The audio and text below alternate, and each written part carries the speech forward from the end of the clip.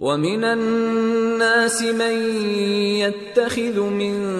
دُونِ اللَّهِ أَندَادًا يُحِبُّونَهُمْ كَحُبِّ اللَّهِ وَالَّذِينَ آمَنُوا أَشَدُّ حُبًّا لِلَّهِ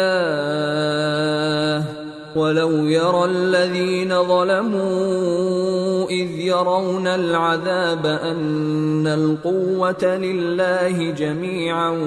وَأَنَّ اللَّهَ شَدِيدُ الْعَذَابِ۔ اور بعض لوگ ایسے ہیں جو غیر اللہ کو اللہ کا شریک بناتے اور ان سے اللہ کی سی محبت کرتے ہیں،